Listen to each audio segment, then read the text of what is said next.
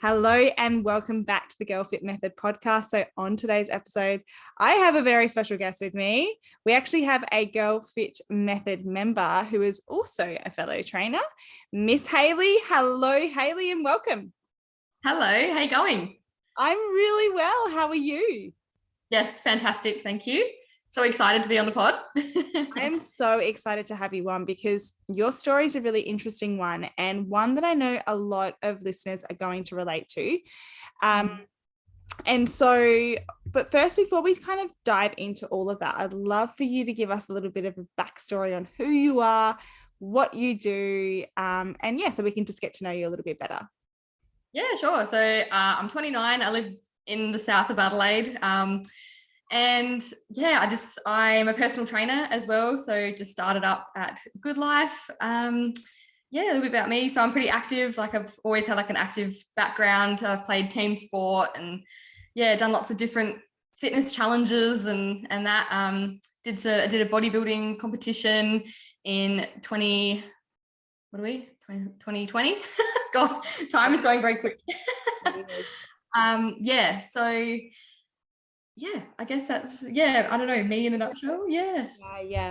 I guess that's where we were going to kind of kickstart things off. That bodybuilding show that you did. So was that your very first, actually, let's go back a little bit further. So talk about young Hayley, you were always fairly active. So I'm assuming you did sports growing up. Yes, so I grew up in like a sporty kind of family. Played netball all up until I was 24, 25. I suffered 2 season-ending kind of injuries over the course of like 2 years. So that kind of sidelined me a little bit. During 2019, 2020 was the last time I played netball. Dabbled in women's football as well. That was heaps of fun. I really enjoyed that. Other than that, like lots of sport, like constantly and in the gym training to be the best in my sport. So that kind of led me to, like 2019, I ruptured my Achilles for the second time. So I've done both Achilles now. So the first time I went back and played netball for about another year, and then I went back a second time and snapped the second one. And at the end of that kind of rehab, obviously COVID was a thing, and I was still doing rehab and trying to build back up my strength in my lower leg. So netball was kind of on the back burner, and I was looking for an individual sport to participate in, I suppose, like something that just relied purely on me. And I loved being in the gym. I loved lifting weights. And I just felt it was like a natural progression for me to move into that sport. It just felt like a new challenge and something that I was really ready for to dive into. 110%. Can I stop you there for a second? What made you think bodybuilding? Like, what was the influence? Because there's so many other options. You could have tried a range of different things. Why did you do that for your next goal, I suppose?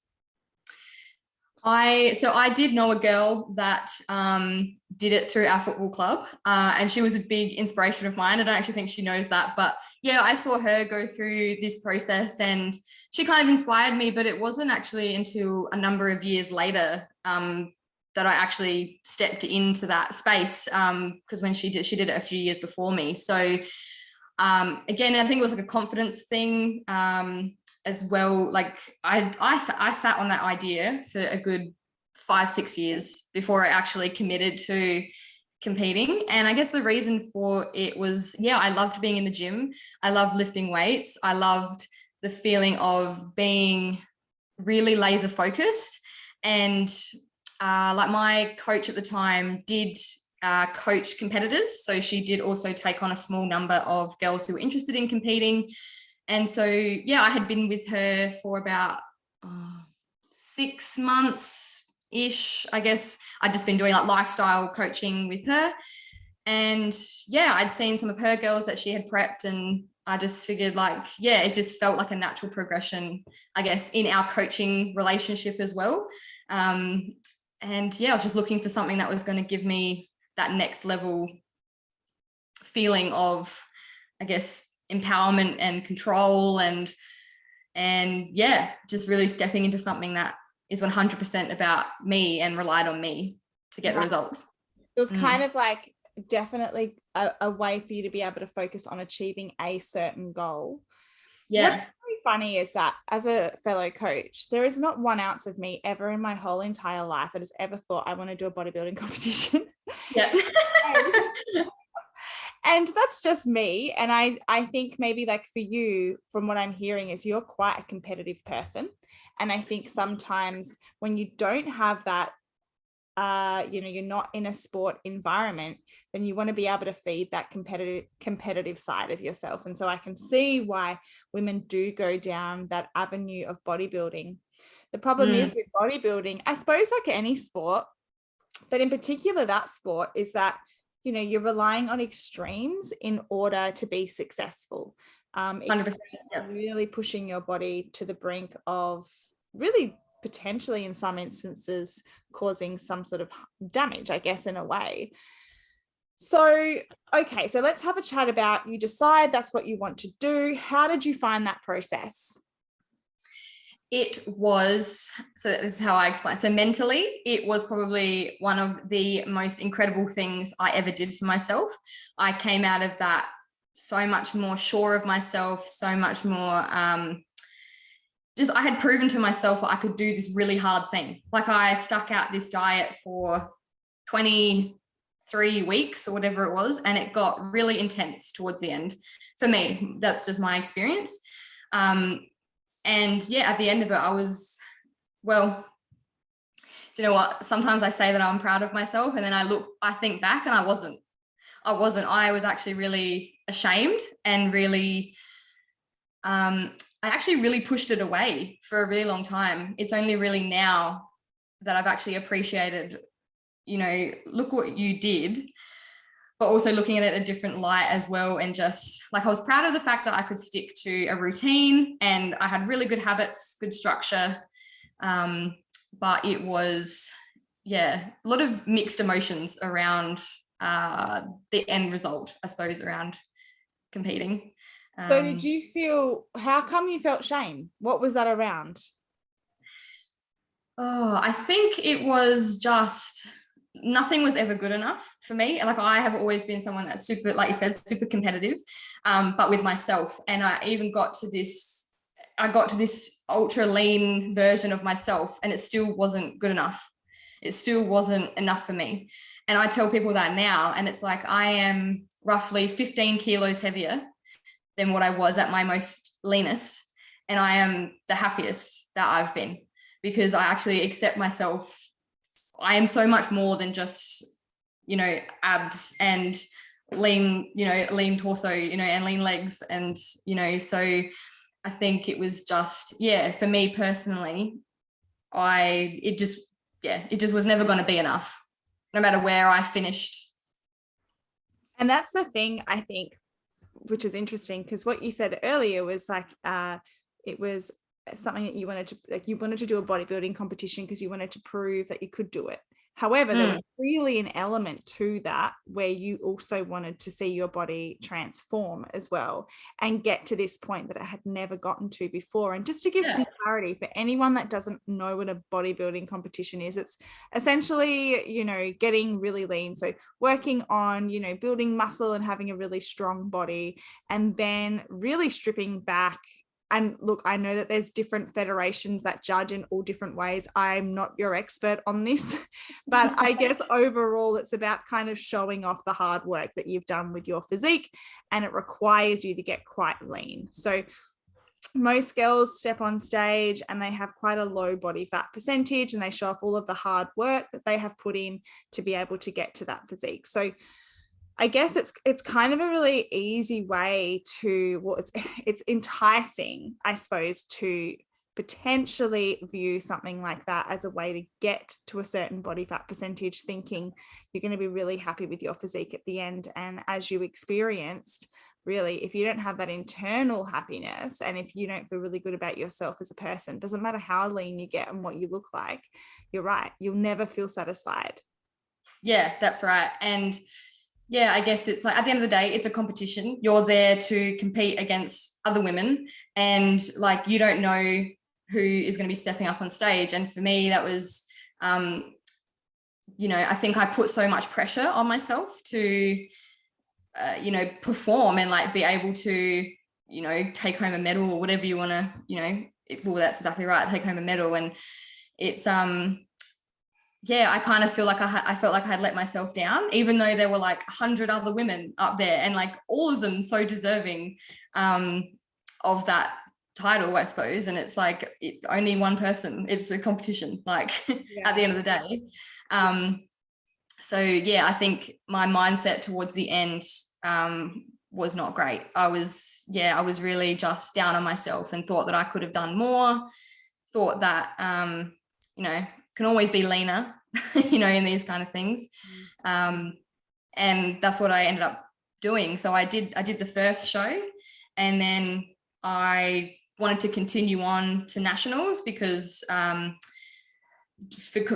don't know if it was because of COVID thing or what, but all SA competitors automatically like qualified for nationals. And so the aim was to go to nationals. And so I spent another 3 weeks dieting at already like a really intense, like low level body fat percentage. And like I had upped the ante. So I was doing like double sessions plus cardio on 1,300 calories for God knows how long. Yeah, it was, I was a wreck. Yeah, I still remember like the day where I actually pulled the pin, and it was, yeah, I was a mess. Like my husband pretty much was like holding me because I was just like in tears. I couldn't cope anymore. I couldn't take it any longer. So yeah, I still get a bit emotional now talking about it, because I just remember how like, just in the floor I was, and like just hormonally and emotionally I was just a mess. Could barely like deal at work, could barely like, yeah, was not a good wife. Like yeah, really changed you clearly in a negative light. And I think people underestimate the psychological effects that sort of a lifestyle has on you. And even if you're not competing in a competition, if you are consistently restricting your calories to that degree, it affects you psychologically. You become a very sad person. You know, your mental health goes down the drain. Your life revolves around your exercise. It revolves around what you eat, what you can't eat, thinking about what you would like to eat, but you know you're not allowed to, or you're too scared to. And that becomes your world, which is a really depressing, small world to live in. And it doesn't matter how lean you get, when you're in that mental space, nothing is good enough. And it's kind of funny where sometimes like in those situations, it's a matter of actually eating more, and then you're able to view things more logically, where when you're in that mindset, almost like you're essentially really starving yourself and punishing your body. You just can't think about things the way they actually are. It really does warp your perception of reality, which makes it really, really horrible and hard. So I'm so sorry you went through all of that. And I guess, okay, so you're at this point where you've cancelled, I'm assuming, like this second show. So what's the plan from there? What's happened from there? So I was with my coach at this time, and I told her that I was ready to what we call reverse diet. You talk about all the time, Tash. So I started that process pretty much from that day. So I'd had like post show, I'd had about, I think 3 days, like the first show, about 3 days of like, I guess what we call like a refeed. So like where you pretty much don't, you're not strict on your calories. You pretty much just like eat what you want. And then after those 3 days, I was back on my calories. Then my reverse diet started when I pulled the pin. And yeah, from there, we started building my calories back up. And I guess reducing cardio. Now, I probably didn't reverse out very well at all, to be honest. I had a really hard time with food focus, managing my cravings. They were out of control, and I felt out of control. And I pretty much stopped cardio altogether. Like I went from like 4 sessions a week or whatever, probably 5, I can't really remember now, to nothing. And so, yeah, I probably just, I put my body through the bloody ringer, and then just kind of expected it to go back to normal, whatever that was. So yeah, started that process from week to week, and yeah. And it's kind of like, and I talk to my girls about this as well, when they feel quite out of control around food, especially. It's so funny, once you start to reverse diet, sometimes you can really lose control over food, or you feel like you lose control around food and you can't stop eating. And that, I think, is two-part, in that a lot of it's psychological, where you've gone, oh my gosh, the pressure is off now, I don't need to starve myself. And so because you have restricted for so long, it's very tempting just to go and really overconsume in some instances. The second thing is, as well, is when you have been depriving your body for so long, I mean, as a survival technique, your body actually wants you to start to think about food all the time, because essentially what it's trying to do is go, hey, we can't live off this. This is not good for us. We need to become hyper vigilant about trying to get more calories into our body. And so all you will think about is food. And usually you will crave highly palatable foods that are very calorie dense, because your body knows that's quick energy and it can get that energy quick smart. And so sometimes, I think it's easy to kind of beat yourself up when you feel like, why on earth do I just not have control around food? But we need to understand that when you've put your body through something like that, it's actually your body just trying to survive and get you to a healthier place. And it's somewhat out of your control. However, it's a really, really horrible feeling to feel like you just cannot control yourself. And, you're eating, potentially to a point where you're not even enjoying what you're eating, can turn easily into binging or binge eating disorder. Yeah. Which is 100%. Yeah. So sorry, Tash. Sorry. So no, you're right. I wanted to delve into some of the other things that you experienced once coming off of your prep for your bodybuilding competition. So you're reverse dieting, that's not going too well. And I'm assuming then the fat that you have lost is coming back on. So psychologically, that would be really hard to deal with. I could only imagine. And what other things were you finding were happening at that time as well to your body? So I guess I just couldn't recover very well. My training was a bit average. I wasn't even enjoying the gym anymore. Like, I just didn't want to be there. Like, I remember one day I rocked up and one of my teammates happened to be at the same gym, and she just took one look at me and I just burst into tears. And I was like on the elliptical, like trying to warm up, and I'm just like, I can't do this. Like, I can't be here. So like my training was really like up and down. Like, recovery was really just I think like for my body as well, I guess because my eating was so irregular, and so like I'd have these times where like I just put food into my mouth. So like I feel like I had like some digestive issues. So like I'd either be bloated or like I got really bad. I mean, I've always had it, but it definitely got worse, like reflux and like heartburn, because I was like, my food like eating patterns and that were so like, what eating patterns, like they were a bit all over the shop. And I could just never feel full. I just never really felt full. It took me ages, like way beyond after the reverse officially finished. I was still having hunger issues and couldn't manage cravings, still couldn't still having food focus. It was, my body was.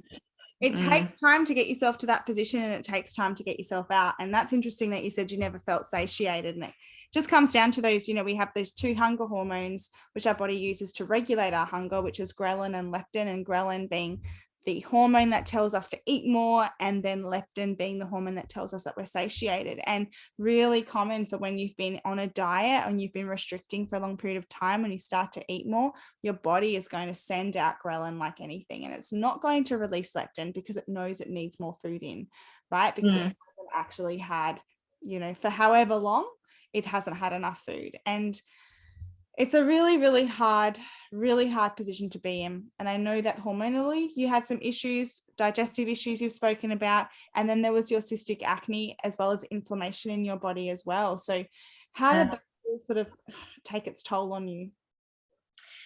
Yeah, so I guess the cystic acne, so a little bit of background, I suppose, to my skin condition. So I had obviously been on the pill as well for about 10 years. I had done a course of Roaccutane, which I don't know if you're not familiar with Roaccutane, it's like a really high level of vitamin A, and it pretty much just like sucks all the oil out of your body, and therefore you stop producing the cysts and the acne, and it goes away. And then at the end, when I had pulled the pin on my like national show, I actually decided to come off the pill because I wanted to learn obviously how my body was, going. Like I'm married, my husband and I are looking at having children. So I thought, yeah, it's a good time to start to regulate my period and just check in with that. And yeah, lo and behold, cystic acne came back, and it came back with a vengeance. It was red and inflamed and irritated. It was very uncomfortable, like itchy, big cysts on my face. Yeah, it was not a nice time. Yeah, I felt really uncomfortable even going out with no makeup on. I was very fluidy and just puffy and just stressed out. My body was just like stressed to the eyeballs. It just was not happy with me at all. Yeah, that was clear. I mean, even when you started working with us, it was very clear to see that your body was not happy, and it sends us signals. And I think this is the warning, I suppose, to a lot of people, is that you can only treat your body terribly for for a certain period of time before it's going to fight back. It won't put up with it, and it comes out in all different ways. And it's just been amazing to see your transition, though, because the progress that you have made over the past couple of months has been really incredible. And I'm more than happy to kind of touch on what we have done with you, Hayley. The first thing when you came to us that I wanted us to stop you doing was the high intensity training that you were doing. Now, I really believe like there are seasons in our life when certain exercises and modalities of exercises are suitable, and then there are other times when they're just not. Now, as you would know as a trainer, exercise is a stress on the body, although it's a good stress. If we are unable to recover adequately, if our body is already inflamed and stressed, then just adding more stress on is going to be absolutely counterproductive. So the first thing that we wanted to do with you was to strip that back, right? Focus on getting you strong again, getting you confident in your own skin, but really reducing the amount of cardiovascular work you were doing and really high intensity training, which I know can be difficult because a lot of us can enjoy that, especially, if it's in a group environment or a class environment as well. But for you, I mean, we need to, like, I guess we go back to those seasons of life thing. Like, this is a period of your life where your body is not happy. We need to get it to a place where you can then implement those kinds of, modalities and classes and exercises again. Right now, it just wasn't going to be the best thing for you. We then had to have a look at your nutrition as well. And, it was really clear that you were having digestive issues, and really working on your gut health and repairing your gut health after all of this. Yeah. And that really meant, getting rid of some inflammatory foods. We preach here at Girl Fit Method that really no food's off limit. But once again, like, seasons of life and everyone's situation is different. So we looked at taking out gluten, we've taken out dairy, we've really had a focus on omega-3s, good amount of protein, high quality diet. And it's been incredible because we've been increasing calories as well. And you've been dropping centimeters. Yeah. I've been feeling, it's been amazing. And I'm just, feeling so much better in the short time that we've worked together. I think we're only like halfway through, I think just halfway. Yeah. And like I can just, feel that my body is just responding so much better. Like, I don't have that tightness or just that overall feeling of uncomfortableness in your own body. Like, I really do feel like I can trust, like I'm trusting my body again, that it knows what it's doing and that I'm giving it the right stuff that it needs. So it definitely is about, like, this process for me, as much as the physical stuff, it's also a bit of like a coming home as well. And like, just really reconnecting. Like, I'm not on the pill, I'm not having any antibiotics or anything like that in my system right now. Like, I'm really trying to get my body to a place where it is fully trusting and operating. And that's just like a really beautiful space to be in. And I think like a lot more women could benefit from reconnecting with themselves, like, and just knowing like what it is that their body actually does for them, rather than focusing on the aesthetic, you know, what it gives to the world. It's like, well, what does it give to you? Yeah. So I love that. And to actually just stop fighting it and to work with your body. Yeah. I think that's the key. As women, you know, we are so self-critical, and it's always, we're not good enough, and trying to change the way that we are to suit what we think we should be, instead of actually taking a step back and working with what we've got, treating ourselves with respect, and then actually seeing ourselves flourish. And as a coach, you would know this as well. It's when your clients start to treat their body properly where they actually start to see results. And that's not through crash dieting, through real restriction, through, you know, beating themselves up. Even mentally, the mindset game is huge in all of this. Oh, yeah, huge. Absolutely. Yeah. And that's where changes come in. 100%. Yeah. Like, I don't actually think that you can go on a journey like this without implementing the mindset work. Like, it's just not going to happen. Like, you need to be able to implement new habits, new strategies, new routines, and you can't do that without first like unpacking what's held you back in the past. So I know for me, like with removing dairy and gluten, like is tough, because like it changes up my whole food routine. You know, I was very much like a convenience kind of girl. Like, I'm not a big cook or anything like that. So yeah, I used to rely on like your grab and go type stuff, like your yogurts and that kind of thing. And because usually, you know, like high protein, a lot of like dairy is usually pretty good for protein source. So, you know, and just like changing little things like gluten, like bread, like what bread do I buy? You know, all the little things that I would usually pick up in a regular food shop. It's like just little tweaks here and there. So.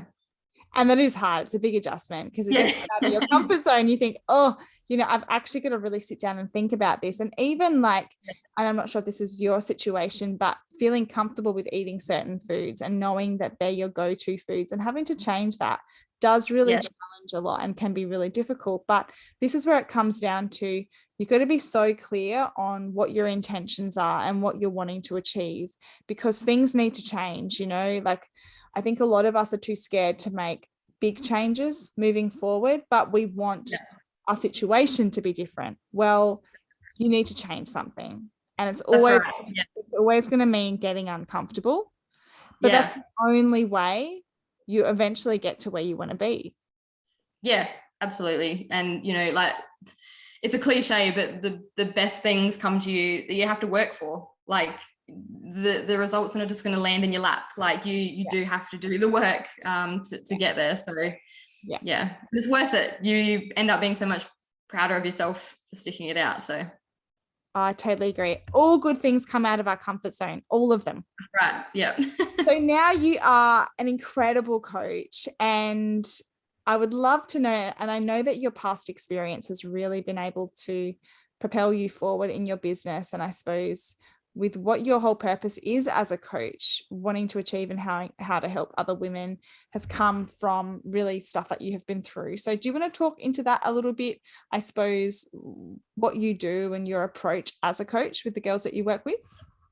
Yeah, sure. So, I mean, the things that I've been through have shaped me to be the coach and like even a mentor, I suppose. And the women that I want to help have probably gone through something similar to me. Like, they have issues with like food focus, or constantly, you know, in and out of yo-yo dieting, and you know, or even like low confidence just in themselves in general, you know, struggling with mental health, anxiety, depression, like those kind of things.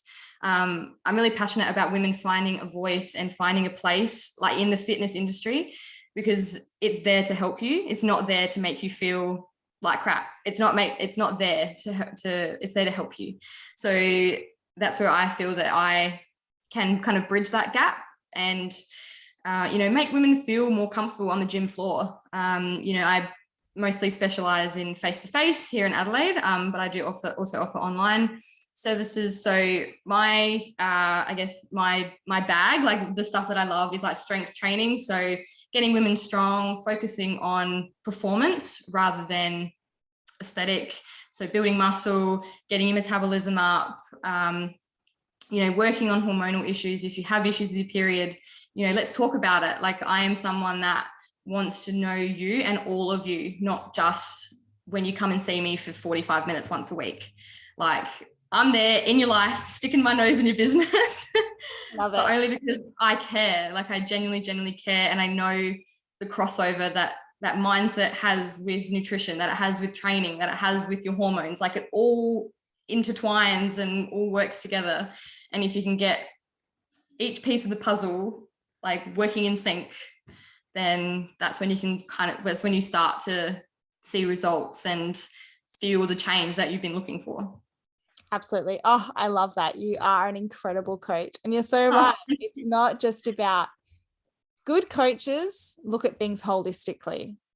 Because to make a real transformation, it's not just about a diet plan. It's not just about exercising for 45 minutes. It's a whole lifestyle. And you've experienced that yourself. So, it's just so good to see that. And it's just so good to see you so much happier and just, I mean, you're looking incredible. You are beautiful always, but just seem healthier. And it's really clear to see that your body's responding well, but more importantly, your mind's in such a better place. Yeah, absolutely. Like, I feel, like, thinking back to, it would have been just over a year ago now when I would have pulled the pin, and I just want to give that girl a big hug and just tell her that you're going to be okay, and that it's like this, it feels like the whole world is falling down around you, but you just need to eat something. So just get some food into you. And try to silence those negative thoughts in your mind about that. You've got to you really have to challenge them. Well, thank you so much for sharing your story. So where can everyone find you if they want to get in contact with you, if they are locals here in South Australia? How do they find you, Hayley? I'm always on the gram, so you can look me up, just my full name or lowercase Hayley Donnell _. So you can chuck me a follow. I'm on Facebook as well. Feel free to send me a friend request, Hayley Donnell as well. I've got a link in my bio on Instagram. If you're interested in coaching, you can just fill in the expression of interest and we can have a chat. But I post a lot of fun stuff on my Instagram. So you've got an incredible account. Everyone should absolutely follow her. I'm going to link her Instagram in the podcast show notes as well, so you can find where Hayley is there. But thank you so much, Hayley. Thanks, Tash.